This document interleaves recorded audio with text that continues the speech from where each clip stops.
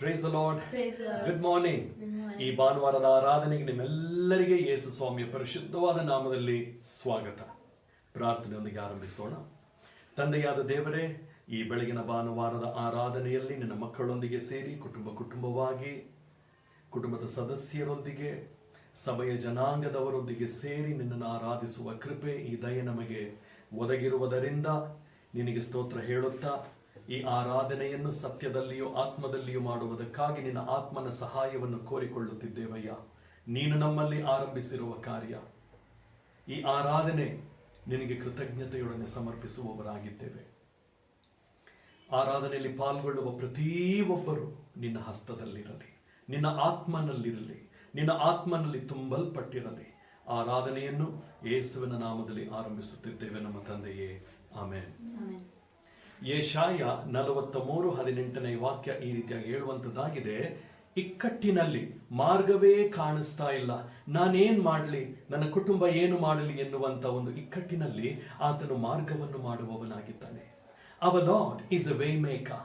Where there is no way in our eyes, God can make a way in that particular situation. So be encouraged.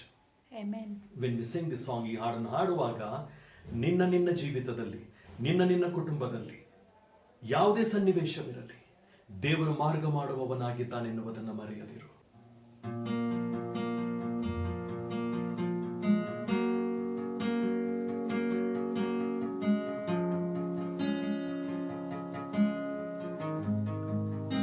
ಆತನು ನಮ್ಮ ಮಧ್ಯದಲ್ಲಿದ್ದಾನೆ, ಆತನು ಮಾರ್ಗವನ್ನು ಮಾಡುವವನಾಗಿದ್ದಾನೆ. ನಿನ್ನ ಇಕ್ಕಟ್ಟಿನ ಸನ್ನಿವೇಶಗಳಲ್ಲಿ ಆತನು ಮಾರ್ಗ ಮಾಡುವವನಾಗಿದ್ದಾನೆ.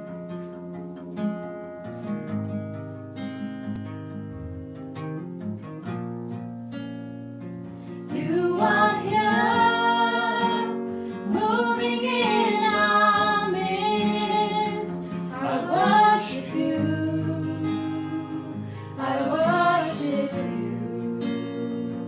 You are here, walking in this place. I worship you. I worship you. I worship you. I worship you. You are waymaker, miracle worker, promise keeper, light in the darkness. My God, that is who you are. You are waymaker, miracle worker, promise keeper, light in the darkness. My God, that is who you are. You are here, healing every heart. I worship you. I worship you. I worship you. I worship you. You are here, turning lives around. I worship you. I worship you. I worship you. I worship you. You are waymaker, miracle worker, Yes. promise keeper, light in the darkness. My God, that is who you are. Waymaker, miracle worker, promise keeper, light in the darkness. My God, that is who you are. That is who you are. That is who you are. That is who you are.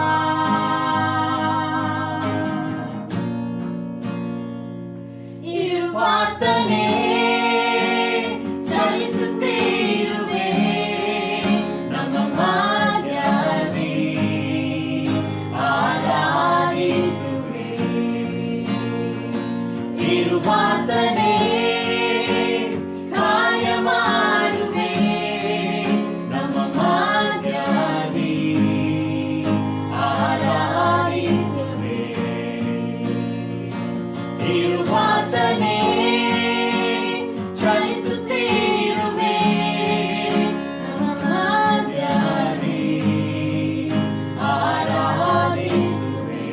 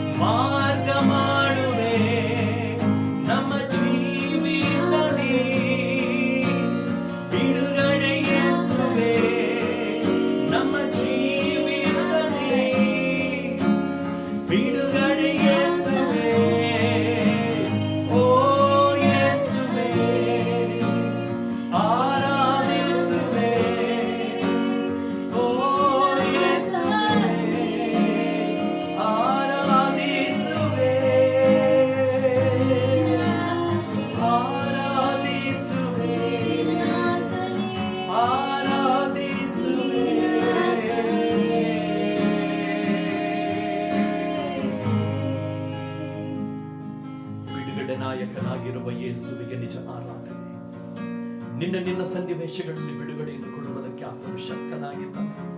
ಯೇಸುವನ್ನು ಸ್ವಂತ ರಕ್ಷಕನಾಗಿ ಒಡೆಯನಾಗಿ ನೀನು ಅಂಗೀಕರಿಸಿಕೊಂಡಿರುವಲ್ಲಿ ಆತನ ಕೃಪೆಗೆ ನೀನು ಪ್ರಾರ್ಥಿಸುವ. ತಂದೆಯಾದ ದೇವರೇ, ಈ ಭಾನುವಾರದ ಬೆಳಗಿನ ಆರಾಧನೆಯಲ್ಲಿ ಸತ್ಯದಲ್ಲಿಯೂ ಆತ್ಮದಲ್ಲಿಯೂ ನಿನ್ನನ್ನು ಆರಾಧಿಸುವುದಕ್ಕಾಗಿ ನಿನ್ನ ಆತ್ಮನ ಬಲ ಹೊಂದಿದ್ದೇವಯ್ಯ. ನಿನಗೆ ಮಹಿಮೆ ಸದಾ ಕಾಲದಲ್ಲಿ, ಸ್ತುತಿ ಆರಾಧನೆ ಯುಗ ಯುಗಾಂತರಗಳಲ್ಲಿಯೂ. ನಮ್ಮ ಜೀವಿತಗಳು ಕ್ರಿಸ್ತೇಸುವಿನ ರಕ್ತದಿಂದ ತೊಳೆಯಲ್ಪಟ್ಟಿರುವ ನಿಮಿತ್ತ ತಂದೆಯಾದ ದೇವರೊಂದಿಗೆ ನಮಗೆ ನಿಜ ಸಂಬಂಧ, ಮಕ್ಕಳಾಗಿರುವ ಸಂಬಂಧವನ್ನು ನೀನು ಅನುಗ್ರಹಿಸಿರುವುದರಿಂದ ನಿನ್ನ ಎಲ್ಲಾ ಕೃಪಾ ಆಶೀರ್ವಾದಕ್ಕೆ ನಾವುಗಳು ಪಾತ್ರರಯ್ಯ. ಅದಕ್ಕಾಗಿ ನಿನಗೆ ಸ್ತುತಿ, ನಿನಗೆ ಮಹಿಮೆ ಯುಗ ಯುಗಾಂತರಗಳಲ್ಲಿ ಯೇಸುವಿನ ನಾಮದಲ್ಲಿ ಸಮರ್ಪಿಸುತ್ತಿದ್ದೇವೆ ನಮ್ಮ ತಂದೆಯೇ. Amen, amen. ಈಗ ನಾವುಗಳು ದೇವರ ವಾಕ್ಯದ ಭಾಗಕ್ಕೆ ಹೋಗ್ಲಿಕ್ಕಿದ್ದೇವೆ. ನೀವುಗಳೆಲ್ಲರೂ ನಿಮ್ಮ ನಿಮ್ಮ ಬೈಬಲ್ ಒಂದಿಗೆ ಕುಳಿತುಕೊಳ್ಳ್ರಿ. ದೇವರ ವಾಕ್ಯದ ಧ್ಯಾನವನ್ನು ಮಾಡೋಣ. ಇವತ್ತಿಗೆ ನಾವುಗಳು ಧ್ಯಾನ ಮಾಡಲಿಕ್ಕಿರುವಂಥದ್ದು ಪ್ರಾರ್ಥನೆಗೆ ಬಲ ಹೊಂದಿಕೊಳ್ಳತಕ್ಕ ಒಂದು ಅಂಶವನ್ನು ನಾವುಗಳು ಗಮನಿಸಲಿಕ್ಕಿದ್ದೇವೆ. ಎಲ್ಲರ ಜೀವಿತದಲ್ಲಿ ಪ್ರಾರ್ಥನೆಯಲ್ಲಿ ಬೆಳಿಲಿಕ್ಕೆ ಆಶೆ ಇರ್ತದೆ. ಎಲ್ಲರೂ ಪ್ರಾರ್ಥನೆಯಲ್ಲಿ ಮುಂದುವರಿಯಬೇಕು. ದೇವರು ನನ್ನ ಪ್ರಾರ್ಥನೆಯನ್ನು ಕೇಳಬೇಕೆನ್ನುವಂಥ ಒಂದು ಆಶೆ ಇರ್ತದೆ. ಆ ಪ್ರಾರ್ಥನೆಯನ್ನು ದೇವರು ಕೇಳಬೇಕಾದ್ರೆ ಕೆಲವು ವಿಷಯಗಳನ್ನ ನಾವುಗಳು ಗಮನಿಸತಕ್ಕದ್ದಾಗಿದೆ. ಅವುಗಳನ್ನು ನಿರ್ಲಕ್ಷ್ಯ ಮಾಡಲಾಗದು. ದೇವರಾತ್ಮನು ಈಸ್ ದ ಬೆಸ್ಟ್ ಟೀಚರ್. ದೇವರಾತ್ಮನಿಂದ ಕಲಿತುಕೊಳ್ಳುವಂಥದ್ದಾಗಿದೆ ಉತ್ತಮ ಲರ್ನಿಂಗ್. ಅದರಿಂದಾಗಿ ದೇವರಾತ್ಮನು ತಾನೇ ನಮ್ಮನ್ನು ಈ ಬೆಳಗಿನ ಧ್ಯಾನದಲ್ಲಿ ಆತನ ವಾಕ್ಯದಲ್ಲಿ ನಮ್ಮನ್ನು ನಡೆಸಲಿ ಎಂಬುದಾಗಿ ನಾವುಗಳು ಪ್ರಾರ್ಥಿಸಿಕೊಳ್ಳೋಣ. ತಂದೆಯಾದ ದೇವರೇ, ಈ ಬೆಳಗ್ಗೆ ನಿನ್ನ ಮಕ್ಕಳು, ನನ್ನ ಸ್ವರದಲ್ಲಿರುವಂತ ಎಲ್ಲಾ ಮಕ್ಕಳಿಗೆ ದೇವರಾತ್ಮನ ಕಲಿಸುವಿಕೆ ಹಾಗೂ ಧ್ಯಾನದ ವೇಳೆಯಲ್ಲಿ ನಡೆಸುವಿಕೆ, ನಿನ್ನ ಸಹಾಯ, ನಾವುಗಳು ನಿನ್ನ ವಾಕ್ಯವನ್ನು ಅರ್ಥ ಮಾಡಿಕೊಳ್ಳುವಂತೆ, ಆ ವಾಕ್ಯವನ್ನು ನಮ್ಮ ಜೀವಿತದಲ್ಲಿ ಅಳವಡಿಸಿಕೊಳ್ಳುವಂತೆ ನಿನ್ನ ಸಹಾಯವನ್ನು ಕೋರಿಕೊಳ್ಳುತ್ತಿದ್ದೇವೆ ಯೇಸುವಿನ ನಾಮದಲ್ಲಿ. ಆಮೆನ್. ಈಗ ನಾವುಗಳು ಪ್ರಾರ್ಥನೆಯ ವಿಷಯಕ್ಕೆ ಬಂದಾಗ ಲೂಕ 15ನೇ ಅಧ್ಯಾಯದಲ್ಲಿ ಒಂದು ಸ್ವಾರಸ್ಯವಾದ ಅಂಶವನ್ನು ನಾವುಗಳು ಗಮನಿಸಲಿಕ್ಕಿದ್ದೇವೆ. It is just like in the parable, father and the prodigal son. Father gets up and runs to meet his son. ಇದು ಏನನ್ನು ತೋರಿಸುತ್ತೆ ಅಂತ ಹೇಳಿದ್ರೆ, ಇವತ್ತಿನ ಬೆಳಿಗ್ಗೆ ನಾವುಗಳು ಧ್ಯಾನ ಮಾಡಲಿಕ್ಕೆ ಇರುವಂತ ಆ ಒಂದು ಧ್ಯಾನದ title because of the relationship, ಸಂಬಂಧದ ನಿಮಿತ್ತವಾಗಿ ಎನ್ನುವಂಥದ್ದನ್ನು ನಾವುಗಳು ಧ್ಯಾನಿಸಲಿಕ್ಕಿದ್ದೇವೆ. ಬಿಕಾಸ್ ಆಫ್ ದ ರಿಲೇಶನ್ಶಿಪ್, ಸಂಬಂಧದ ನಿಮಿತ್ತವಾಗಿ. ಅಲ್ಲಿ ಕೆಟ್ಟ ಕುಮಾರ ತಂದೆಯಿಂದ ಅಗಲಿದಾಗ ತಂದೆ ಅವನನ್ನು ಕೋಪಿಸಿಕೊಂಡು ರಿಜೆಕ್ಟ್ ಮಾಡಲಿಲ್ಲ. ಬದಲಾಗಿ ಅವನು ಬರುವುದನ್ನು ಎದುರು ನೋಡುವವನಾಗಿದ್ದ. ಯಾಕೆ? ಆ ಸಂಬಂಧ ಬಿಟ್ಟು ಕೊಡಲ್ಲ. ನಮಗೂ ದೇವರಿಗಿರುವಂತ ಸಂಬಂಧ ಯಾವ ಅಳತೆಯಲ್ಲಿದೆ ಎನ್ನುವಂಥದ್ದು ಇವತ್ತಿನ ಧ್ಯಾನದ ವಿಷಯ. ನನ್ನ ಸಹೋದರನೇ, ನನ್ನ ಸಹೋದರಿಯೇ, ಈ ಮಾತುಗಳನ್ನು ಲಾಲಿಸು. ನಿನಗೂ ದೇವರಿಗೂ ಇರುವ ಸಂಬಂಧ ಹೇಗಿದೆ? ಚೆನ್ನಾಗಿದೆಯಾ ಅಥವಾ ಅಲುಗಾಡ್ತಾ ಇದೆಯಾ ಎನ್ನುವುದನ್ನು ಧ್ಯಾನ ಮಾಡಬೇಕಾಗಿದೆ. ಯೇಸುವಿನ ರಕ್ತದಿಂದ ತೊಳೆಯಲ್ಪಟ್ಟ ನಾವೆಲ್ಲರೂ ಆತನಿಗೆ ಮಕ್ಕಳಾಗಿದ್ದೇವೆ, ವಿಶ್ವಾಸಿಗಳಾಗಿದ್ದೇವೆ. ಆದರೆ ಆ ಸಂಬಂಧವನ್ನು ಬೆಳೆಸುವಂಥದ್ದು ನಮ್ಮ ಜವಾಬ್ದಾರಿ. ಆ ಸಂಬಂಧದಲ್ಲಿ ಮುಂದುವರಿಯುವಂಥದ್ದು ನಮ್ಮ ಜವಾಬ್ದಾರಿ. ಯೇಸುವಿನ ಪಾಪ ಕ್ಷಮೆಯಲ್ಲಿ ನಾವುಗಳು ನೀತಿವಂತರಾದೆವು, ಆದರೆ ಆ ನೀತಿಯಲ್ಲಿ ನಾವುಗಳು ಮುಂದುವರಿಯತಕ್ಕದ್ದು ನಮ್ಮ ರೆಸ್ಪಾನ್ಸಿಬಿಲಿಟಿ, ನಮ್ಮ ಜವಾಬ್ದಾರಿ. ಆದ್ರಿಂದಾಗಿ ಈ ಮಾತುಗಳನ್ನು ಹೇಳ್ತಾ ಇದ್ದೇನೆ. Father gets up and runs to meet his son. ಕೆಟ್ಟ ಕುಮಾರನ ಭಾಗದಲ್ಲಿ ನಾವುಗಳು ನೋಡುವಾಗ ಅವನು ಯಾವ ಪ್ರಾರ್ಥನೆಯನ್ನು ಮಾಡಲಿಲ್ಲ, ಬಂದನಷ್ಟೇ. He just came. ಅವನು ಯಾವ ಪ್ರಾರ್ಥನೆಯನ್ನು ಮಾಡಲಿಲ್ಲ. ಆದರೂ ತಂದೆ ಅವನನ್ನು ಕಂಡ ಕೂಡಲೇ ಎದ್ದು ಓಡಿ ಹೋಗಿ ಅವನನ್ನು ಅಪ್ಪಿಕೊಂಡ, ಸ್ವೀಕರಿಸಿಕೊಂಡ. ಯಾಕೆ? ಸಂಬಂಧ ನೆನಪಿರಲಿ. ಬಿಕಾಸ್ ಆಫ್ ದ ರಿಲೇಶನ್ಶಿಪ್, ಸಂಬಂಧದ ನಿಮಿತ್ತ. ಇನ್ prayer it's the relationship which matters. ಪ್ರಾರ್ಥನೆಗೆ ನಾವುಗಳು ಇದನ್ನ ನಾವುಗಳು ಅಪ್ಲೈ ಮಾಡಿದಾಗ ಸಹ ನಾವುಗಳು ನೋಡ್ತೇವೆ, it is because of the relationship. ಪ್ರಾರ್ಥನೆಯಲ್ಲಿ ನಮಗೂ ದೇವರಿಗೂ ಇರುವ ಸಂಬಂಧ ಮುಖ್ಯ. ನಿನ್ನ ಪ್ರಾರ್ಥನೆ ಕೇಳಲಾಗಲ್ಲ, ನಿನ್ನ ಪ್ರಾರ್ಥನೆ ಏನೋ ಒಂದು ರೀತಿಯ ವರ್ಷಗಟ್ಟಲೆ ಮಾಡ್ತಾ ಇದ್ದೀನಿ ಅಂತ ಹೇಳುವಂತ ಬೇಸರಿಕೆ ಅಥವಾ ಇನ್ನೆಷ್ಟು ದಿನ ಎನ್ನುವಂತ ಒಂದು ಪ್ರಶ್ನೆಗಳು ಅನೇಕರಿಗೆ ಇದ್ದಾಗಿಯೂ ಸಹ ನಾವುಗಳು ಕಲಿತುಕೊಳ್ಳತಕ್ಕದ್ದಾಗಿದೆ. ಪ್ರಾರ್ಥನೆಗೆ ಮುಖ್ಯ ವಿಷಯ ನಮಗೂ ದೇವರಿಗೂ ಇರುವ ಸಂಬಂಧ. ಈ ಸಂಬಂಧ ಹೇಗಿದೆ ಎನ್ನುವಂಥದ್ದು ಮುಖ್ಯ, ವಿಶ್ವಾಸಿಗಳಾದ್ರಿಂದಾಗಿ It's who is praying which counts, not what is prayed for. ಇದು ನಿನಗೆ ಯಾವತ್ತೂ ಜ್ಞಾಪಕದಲ್ಲಿರಲಿ. ಏನು ಕೇಳಿಕೊಳ್ಳುತ್ತೇವೆ ಮುಖ್ಯವಲ್ಲ, ಕೇಳುತ್ತಿರುವವನು ದೇವರೊಂದಿಗೆ ಎಂತಹ ಸಂಬಂಧ ಹೊಂದಿದ್ದಾನೆ ಎನ್ನುವುದೇ ಮುಖ್ಯ. ನೆನಪಿರಲಿ, ಈ ವಾಕ್ಯಗಳನ್ನು ಗಮನಿಸು. ಏನು ಕೇಳಿಕೊಳ್ಳುತ್ತೇವೆ ಮುಖ್ಯವಲ್ಲ, ಕೇಳುತ್ತಿರುವವನು ದೇವರೊಂದಿಗೆ ಎಂತಹ ಸಂಬಂಧವನ್ನು ಹೊಂದಿದ್ದಾನೆ ಎನ್ನುವಂಥದ್ದೇ ಮುಖ್ಯ. ಏನು ಕೇಳಿಕೊಳ್ಳುವಂಥದ್ದು ಮುಖ್ಯವಲ್ಲ ಎಂಬುದಾಗಿ ನೋಡುವಾಗ, ಯಾಕೆ? ದೇವರಿಗೆ ನಮ್ಮ ಹೃದಯದಲ್ಲಿ ಏನಿದೆ ಗೊತ್ತು, ನಮ್ಮ ಆಲೋಚನೆ ಏನಿದೆ ಗೊತ್ತು, ನಾವು ಏನು ಕೇಳಲಿಕ್ಕಿದ್ದೇವೆ ಎನ್ನುವುದು ಆತನಿಗೆ ಗೊತ್ತುಂಟು. ಆತನು ಎಲ್ಲವನ್ನು ತಿಳಿದಿರುವವನಾಗಿದ್ದಾನೆ. ಅದರಿಂದಾಗಿ ಕೇಳುವಂಥದ್ದು ಮುಖ್ಯವಾಗಿರಲ್ಲ, ಕೇಳುವವನು ಆ ದೇವರೊಂದಿಗೆ ಎಂತಹ ಸಂಬಂಧವನ್ನು ಹೊಂದಿದ್ದಾನೆ ಅದೇ ಮುಖ್ಯವಾದ ವಿಷಯ. Just as in the Lord's Prayer, Jesus taught the relationship with the Father as the first and major part of the prayer, compared to only one line, give us today our daily bread. Only one line. ಪರಲೋಕದ ಪ್ರಾರ್ಥನೆಯಲ್ಲಿ ತಂದೆಯಾದ ದೇವರೊಂದಿಗಿನ ಸಂಬಂಧವೇ ದೊಡ್ಡ ಭಾಗ, ಆದರೆ ಅನುದಿನದ ಆಹಾರದ ವಿಷಯವಾಗಿ ಒಂದೇ ಲೈನ್. ನಮಗೆ ಅನುದಿನದ ಆಹಾರವನ್ನು ದಯಪಾಲಿಸುವ ಒಂದೇ ಒಂದು ಲೈನ್. ಅದರ ಬದಲಾಗಿ ತಂದೆಯಾದ ದೇವರಿಂದ ಆರಂಭವಾದ ಆ ಪ್ರಾರ್ಥನೆ, ಪರಲೋಕದಲ್ಲಿರುವ ನಮ್ಮ ತಂದೆ, ಅಲ್ಲಿಂದ ಆರಂಭವಾಗಿ ಅದು ಕೆಳಗಿನವರೆಗೆ ಬರುವಂತದ್ದಾಗಿದೆ. ಒಂದೇ ಲೈನ್, ಅನುದಿನದ ಆಹಾರ. ತಂದೆಯಾದ ದೇವರೊಂದಿಗಿನ ಸಂಬಂಧವನ್ನು ಯೇಸು ಕಲಿಸಿಕೊಟ್ಟಿದ್ದಾನೆ. ಅದು ನಮಗೆ ಮುಖ್ಯವಾದ ವಿಷಯ. It's who you are and not what you want, the secret of answered prayer. It is who you are and not what you want, the secret of answered prayer. ಪ್ರಾರ್ಥನೆಯಲ್ಲಿ ನೀತಿವಂತಿಕೆಯ ಸಂಬಂಧವನ್ನು ದೇವರೊಂದಿಗೆ ಹೊಂದಿದ್ದೀಯಾ, ಅಥವಾ ಏನೇನು ಕೇಳಿಕೊಳ್ಳಬೇಕು ಎನ್ನುವಂಥದ್ದೇ ನಿನ್ನ ಪ್ರಾರ್ಥನೆಯ ಸೀಕ್ರೆಟ್. ನೀತಿವಂತಿಕೆಯ ಸಂಬಂಧವನ್ನು ದೇವರೊಂದಿಗೆ ಹೊಂದಿದ್ಯಾ ಎನ್ನುವಂಥದ್ದೇ ನಿನ್ನ ಪ್ರಾರ್ಥನೆಯ ಸೀಕ್ರೆಟ್. ನಾನು ಏನೇನು ಕೇಳ್ಕೋಬೇಕೆನ್ನುವಂಥದ್ದು ಸೆಕೆಂಡರಿ. ಪ್ರೈಮರಿ ಯಾವಾಗಲೂ ನೀತಿವಂತಿಕೆಯ ಸಂಬಂಧ ದೇವರೊಂದಿಗೆ ಹೇಗೆ ನೀನು ಮೇಂಟೈನ್ ಮಾಡ್ತಾ ಇದ್ದೀಯಾ, ಹೇಗೆ ಹೊಂದಿದ್ದೀಯಾ ಎನ್ನುವಂಥದ್ದೇ ಮುಖ್ಯ. ಏನೇನು ಕೇಳ್ಕೋಬೇಕು ಅದು ಸೆಕೆಂಡರಿ. ದೇವರಿಗೆ ಗೊತ್ತುಂಟು, ಅವನು ನೀನು ಕೇಳುವುದಕ್ಕಿಂತಲೂ ಆಲೋಚಿಸುವುದಕ್ಕಿಂತಲೂ ಹೆಚ್ಚಾಗಿ ಮಾಡಬಲ್ಲನಾಗಿದ್ದಾನೆ. ಅದರಿಂದಾಗಿ ನಿನ್ನ ಸಂಬಂಧ ಹೇಗಿದೆ ಈ ಬೆಳಗ್ಗೆ ನಾವುಗಳು ಜ್ಞಾಪಿಸಿಕೊಳ್ಳೋಣ. ವಿಶ್ವಾಸಗಳೇ, ಕೇಳಿಕೊಳ್ಳೋಣ, ನಮ್ಮೊಬ್ಬೊಬ್ಬರನ್ನು ಕೇಳಿಕೊಳ್ಳೋಣ. ಮನೆಗಳಲ್ಲಿ ನಾವುಗಳು ಕೇಳಿಕೊಳ್ಳೋಣ, ಹೇಗಿದೆ ನಮ್ಮ ರಿಲೇಶನ್ಶಿಪ್ ದೇವರೊಂದಿಗೆ, ಅದು ಬೆಳೀತಾ ಇದೆಯಾ, ಇಲ್ಲ ಹಾಗೆ ಇದೆಯಾ, ಇಲ್ಲ ಬಿದ್ದು ಹೋಗಿದೆಯಾ, ಕೇಳಿಕೊಳ್ಳೋಣ.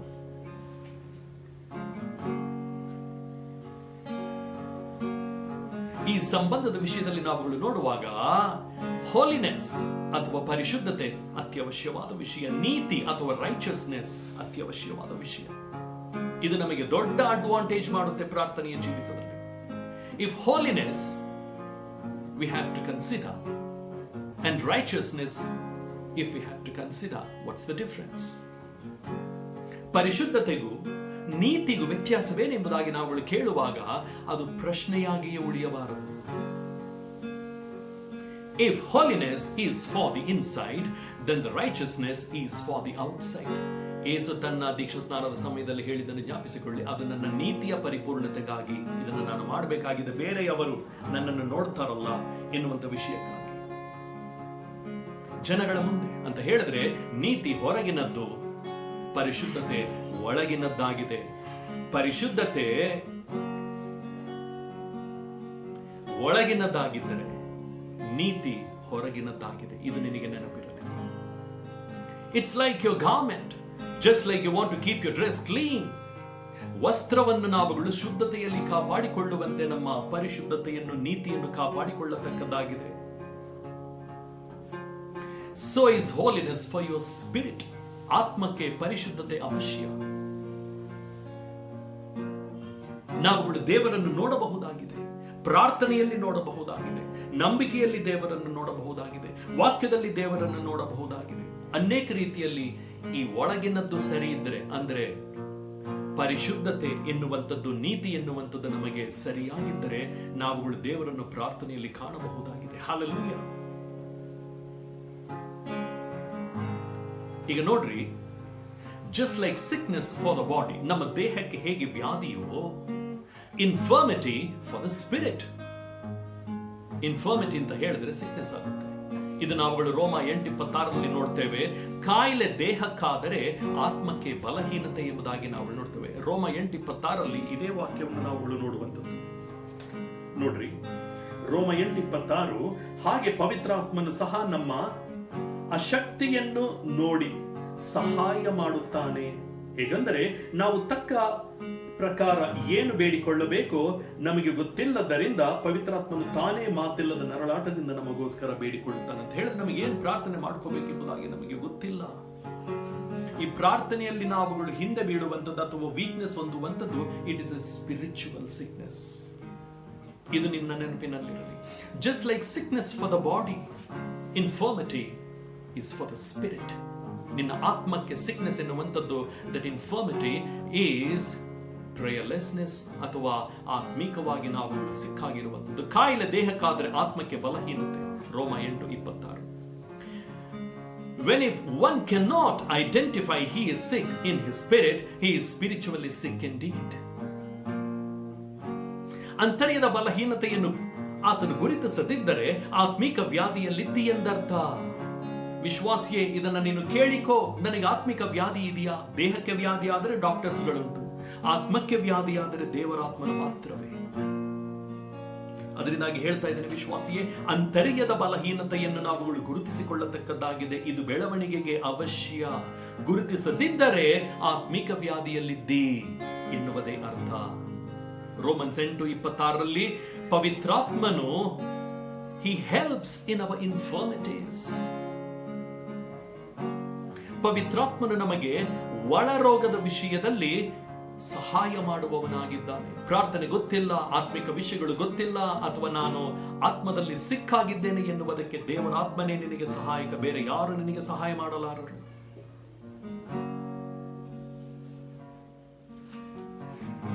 When there is no prayer, they don't feel anything.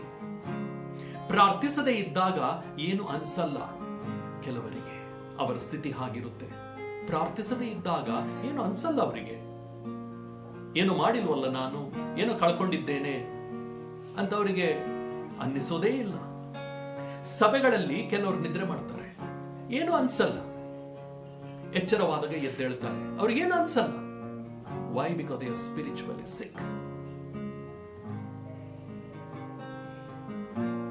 ಇನ್ನು ಕೆಲವರಿದ್ದಾರೆ, they continue to remain in sin. ಗೊತ್ತಿದ್ದು ಸಹ deliberately they will sin. They will remain in sin and they don't feel anything at all. ಪಾಪದಲ್ಲೇ ಮುಂದುವರಿಯುತ್ತಾ ಇರ್ತಾರೆ, ಆದರೂ ಏನು ಅನ್ಸಲ್ಲ. Spiritually sick. Such a person needs the Holy Spirit to work on the inside. ದೇವರಾತ್ಮನ ಒಳ ಕಾರ್ಯ ನಿನಗೆ ಅವಶ್ಯ. ಯಾವಾಗ ನಿನ್ನ ಅಂತರ್ಯದಲ್ಲಿ ನಿನಗೆ ವ್ಯಾಧಿಯುಂಟು ಎನ್ನುವಂಥದ್ದು ನಿನಗೆ ಗೊತ್ತೇ ಆಗದಿದ್ರೆ, ಏನು ಅನ್ಸದೇ ಇದ್ರೆ, ಇಮ್ಮಿಡಿಯೇಟ್ ಆಗಿ ನೀನು ದೇವರಾತ್ಮನನ್ನು ಹಿಡಿದುಕೋ, ಆತನ ಸಹಾಯವನ್ನು ಕೇಳಿಕೊ. ಆತನು ನಿನ್ನನ್ನು ವಾಸಿ ಮಾಡಬಲ್ಲ. ಅದರಿಂದಾಗಿ ರೋಮ 8:26 ಹೇಳುತ್ತೆ, ದೇವರಾತ್ಮನು ನಿನಗೆ ಸಹಾಯ ಮಾಡಬಲ್ಲ. ನಿನಗೆ ಹೇಗೆ ಪ್ರಾರ್ಥನೆ ಮಾಡಬೇಕು ನಿನಗೆ ಒಂದು ವೇಳೆ ಗೊತ್ತಿಲ್ಲದಿದ್ದರೆ ದೇವರಾತ್ಮನೇ ನಿನಗೆ ಸಹಾಯ ಮಾಡಬಲ್ಲ. ಈ ಕೃಪೆ ನಮಗುಂಟು ವಿಶ್ವಾಸಿಗಳೇ. ಮರೆಯದಿರು, ದೇವರೊಂದಿಗೆ ಸಂಬಂಧವನ್ನು ನೀನು ಕಾಪಾಡಿಕೊಂಡಿದ್ಯಾ? ದೇವರೊಂದಿಗಿನ ಸಂಬಂಧ ನಿನ್ನ ಅಂತರ್ಯವನ್ನು ಬೆಳೆಸ್ತಾ ಇದೆಯಾ? ನೀತಿಯಲ್ಲಿಯೂ ಪವಿತ್ರತೆಯಲ್ಲಿಯೂ ಮುಂದುವರಿಯುತ್ತಿದ್ದೀಯಾ? ಆ ಸಂಬಂಧವನ್ನು ಯೇಸು ಸ್ವಾಮಿಯೇ ನಮಗೆ ಒದಗಿಸಿಕೊಟ್ಟಿದ್ದಾನಲ್ಲ. ತಂದೆಯಾದ ದೇವರೊಂದಿಗೆ ಮಕ್ಕಳಾಗಿರುವಂತಹ ಸಂಬಂಧವನ್ನು ಆತನು ಒದಗಿಸಿಕೊಟ್ಟಿದ್ದಾನಲ್ಲ. Because of what the Lord Jesus Christ has done on the cross, we are related to the Father and children. This relationship continues.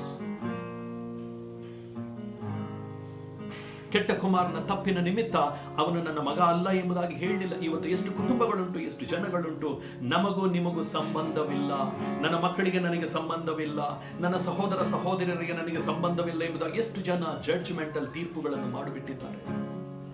ಮರೆಯದಿರು, ನಮ್ಮ ದೇವರು ಹಾಗೆ ಮಾಡಲ್ಲ. ನಿನ್ನನೆಂದಿಗೂ ಕೈ ಬಿಡುವುದಿಲ್ಲ. ಇವತ್ತೇ ನೀನು ನಿನ್ನ ಅಂತರ್ಯದಲ್ಲಿ, ನಿನ್ನ ಆತ್ಮದಲ್ಲಿ ನೀನು ಸಿಕ್ಕಾಗಿದ್ರೆ ಅಥವಾ ನಿನಗೆ ವ್ಯಾಧಿ ಇರುವುದಾದರೆ ಇವತ್ತು ನಿನ್ನ ದೇವರೊಂದಿಗೆ ಸರಿಪಡಿಸಿಕೋ.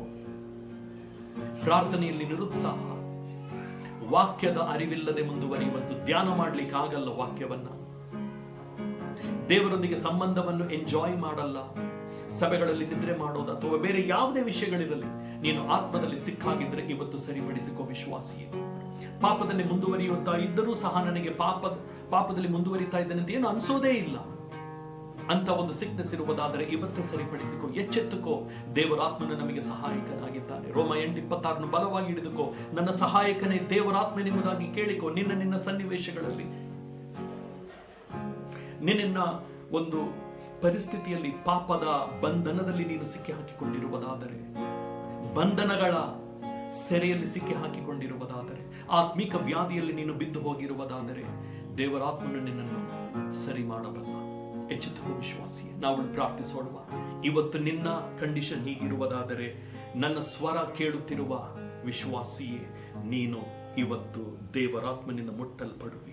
ದೇವರಾತ್ಮನು ನಮಗೋಸ್ಕರವೇ ಕಳುಹಿಸಲ್ಪಟ್ಟ ಸಹಾಯಕ. ಆತನ ಕಾರ್ಯವನ್ನು ಮಾಡದೇ ಇರಲಾರ. ಅವನ ಬಲ ಎಂದಿಗೂ ಕುಂದಿ ಹೋಗುವುದಿಲ್ಲ. ನಮ್ಮ ಬಲ ಕುಂದಿ ಹೋದರೂ ಅವನು ದೇವರಾತ್ಮನೇ, ನಿನ್ನನೆಂದಿಗೂ ಕೈ ಬಿಡುವುದಿಲ್ಲ. ಪ್ರಾರ್ಥಿಸೋಣ.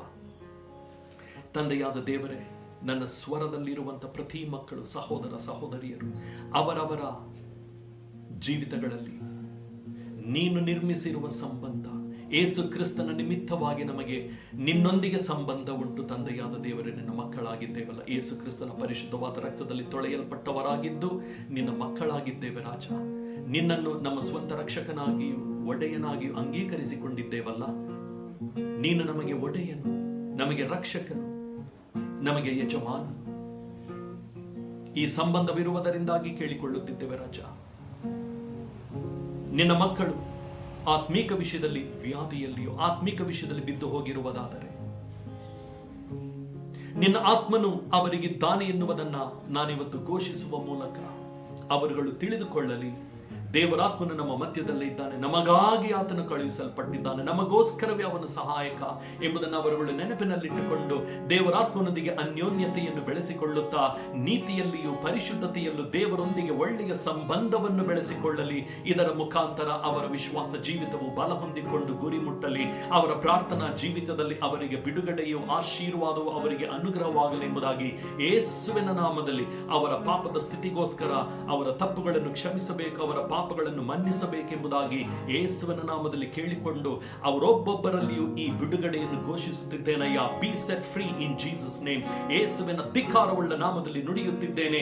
ನಿನ್ನ ಬಂಧನಗಳು ಮುರಿಯಲ್ಪಡಲಿ, ಸೈತಾನನ ಎಲ್ಲಾ ಕಾರ್ಯಗಳು ಲಯವಾಗುವುದಕ್ಕಾಗಿ ಯೇಸು ಕ್ರಿಸ್ತನು ಬಂದಿದ್ದಾನಲ್ಲ. ಇಗೋ ನಿನ್ನ ಜೀವಿತ ಬಿಡುಗಡೆಗೆ ಪ್ರವೇಶಿಸಲಿ. ಇಗೋ ನಿನ್ನ ಹೆಜ್ಜೆಗಳು ಯೇಸುವಿನ ಹಾದಿಗೆ ಸರಿ ಬರಲಿ. ದೇವರಾತ್ಮನಲ್ಲಿ ನೀನು ಸರಿ ಹೊಂದಿಕೋ. ದೇವರಾತ್ಮನಲ್ಲಿ ನೀನು ಬಿಡುಗಡೆಯನ್ನು ಹೊಂದಿಕೋ. ದೇವರಾತ್ಮನಿರುವವರಲ್ಲಿ ಬಿಡುಗಡೆಯುಂಟು ಎನ್ನುವ ವಾಕ್ಯದ ಪ್ರಕಾರವೇ ಅವರುಗಳು ಅವರವರ ಜೀವಿತದಲ್ಲಿ ಅವರವರ ಬಂಧನಗಳಲ್ಲಿ ಬಿಡುಗಡೆಯನ್ನು ಕಂಡುಕೊಳ್ಳಲಿ. ಪಾಪಗಳು ಕ್ಷಮಿಸಲ್ಪಟ್ಟಿರಲಿ. ಯೇಸುವಿನಲ್ಲಿ ಅವರ ಹೆಜ್ಜೆಗಳು ಸರಿ ಬರಲಿ. ಅವರ ಪ್ರಾರ್ಥನೆಗಳು ಕೇಳಲಾಗಲಿ. ನೀತಿವಂತನ ಅತ್ಯಾಸಕ್ತಿಯುಳ್ಳ ಪ್ರಾರ್ಥನೆಯು ಎಷ್ಟೋ ಬಲವುಳ್ಳದ್ದಾಗಿದೆ ಎನ್ನುವ ನಿನ್ನ ವಾಕ್ಯದ ಮೇರೆಗೆ ಅವರ ಒಂದೊಂದು ಪ್ರಾರ್ಥನೆಗಳು ಕೇಳಲಾಗಲಿ. ನಿನ್ನ ಕೃಪಾ ವಾಕ್ಯಕ್ಕೂ ನಿನ್ನ ಕೃಪಾ ಸಿಂಹಾಸನಕ್ಕೂ ನಿನ್ನ ಮಕ್ಕಳನ್ನು ಸ್ತೋತ್ರದೊಂದಿಗೆ ಸಮರ್ಪಿಸುತ್ತಾ ಈ ಆರಾಧನಾ ಕೂಟವನ್ನು ಯೇಸುವಿನ ನಾಮದಲ್ಲಿ ಮುಗಿಸುತ್ತಿದ್ದೇವೆ ನಮ್ಮ ತಂದೆಯೇ, ಆಮೆನ್. ನಾವು ಇಲ್ಲಿಗೆ ಈ ಕಾರ್ಯಕ್ರಮವನ್ನು, ಭಾನುವಾರದ ಆರಾಧನೆಯ ಕಾರ್ಯಕ್ರಮವನ್ನು ಮುಗಿಸುತ್ತಿದ್ದೇವೆ. ನಮ್ಮ ಸಭೆ ಗೋಕುಲದಲ್ಲಿದೆ. ಆ ಗೋಕುಲ ಸಭೆಗೆ ನೀವುಗಳು ಆಸಕ್ತಿ ಇರುವುದಾದರೆ, ಆತ್ಮೀಕವಾಗಿ ಬೆಳೆಯಬೇಕಿದ್ದರೆ ಬಂದು ನಮ್ಮೊಂದಿಗೆ ಪಾಲ್ಗೊಳ್ಳಬಹುದು. ಹಾಗೂ ವಾಕ್ಯದಲ್ಲಿ ಬೆಳಿಬೇಕು ಅಂತ ಹೇಳಿದ್ರೆ ಸಭೆಯಲ್ಲಿ ನೀವುಗಳು ಪಾಲ್ಗೊಂಡು ಆಶೀರ್ವಾದಕ್ಕೆ ಪ್ರವೇಶಿಸಿ. ಅದೇ ರೀತಿಯ ಕುಂಟುವ ವಿಶ್ವಾಸ ಜೀವಿತದಲ್ಲಿ ಮುಂದುವರಿಯಬೇಡಿ. Be set free in Jesus name. ತಂದೆಯಾದ ದೇವರ ಪ್ರೀತಿ, ಯೇಸು ಕ್ರಿಸ್ತನ ಕೃಪೆ, ದೇವರಾತ್ಮನಲ್ಲಿರುವ ಅನ್ಯೋನ್ಯತೆ ಇಂದಿಗೆಂದಿಗೂ ನಮ್ಮೊಂದಿಗಿರಲಿ. ಆಮೆನ್. ದೇವರು ನಮ್ಮನ್ನು ಆಶೀರ್ವದಿಸಿದ್ದಾನೆ.